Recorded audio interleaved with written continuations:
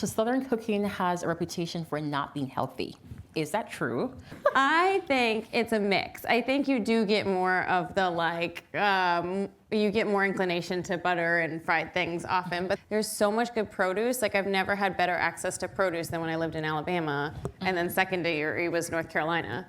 And so like a lot of people are doing these really fresh salads, and they're doing these things that are a little lighter, and they're letting the vegetables shine. So like a tomato sandwich in the South is like tomatoes, salt, pepper, like mayonnaise and white bread. And maybe that's not like our ideal of healthy, but like you're really like highlighting the produce. And I also do think, I mean, in our culture, just like cooking at home to me is such an expression of health. Like I think by bringing it into your house and cooking it, like you have a different level of control over it. The dish that I like to use to illustrate that is fried chicken. Fried chicken was not something you ate regularly in the South because you needed those birds for other purposes.